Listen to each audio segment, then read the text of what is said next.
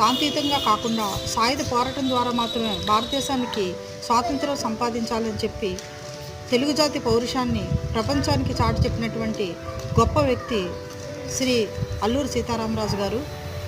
అయితే అల్లూరి సీతారామరాజు గారి కంటే ముందు ఈ బ్రిటిష్ వారి పరిపాలనలో ఎన్నో గిరిజన ఉద్యమాలు జరిగాయి. ద్వారబాల చంద్రయ్య, బిర్సా ముండా, తిల్కా మాంగి వీళ్ళు గిరిజనుల హక్కుల కోసం ఎన్నో పోరాటాలు చేశారు. కానీ చరిత్రలో అవేమీ పెద్దగా మనకి తెలియదు.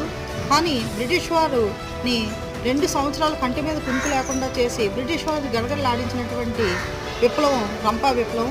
ఈ విప్లవం ద్వారా అల్లూరి సీతారామరాజు గారు గిరిజనుల హక్కుల కోసం పోరాడమే కాకుండా ఇద్దరు మొదటి ప్రపంచ యుద్ధంలో వీరోచితంగా పోరాడి విజయం సాధించి అల్లూరి సీతారామరాజు గారిని పట్టుకోవడానికి నియమించినటువంటి ఈ హైటర్ కవార్డుని కూడా అల్లూరి సీతారామరాజు గారు హతమార్చారు. ఇది ఎంతో మన భారతదేశం యొక్క గొప్ప విజయం. అయితే ఈ రోజుని విద్యార్థులకి గణతంత్ర దినోత్సవానికి స్వాతంత్రోద్యమానికి కూడా తేడా తెలియకుండా ఉంది.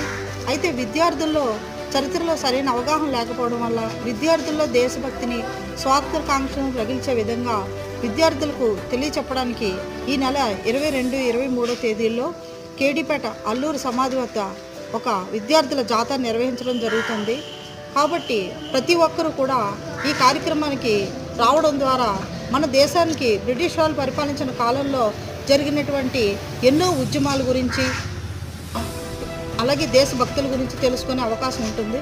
కాబట్టి దయచేసి ప్రతి ఒక్కరు కూడా ఈ కార్యక్రమాన్ని విజయవంతం చేయవలసిందిగా కోరి ప్రార్థిస్తున్నాను.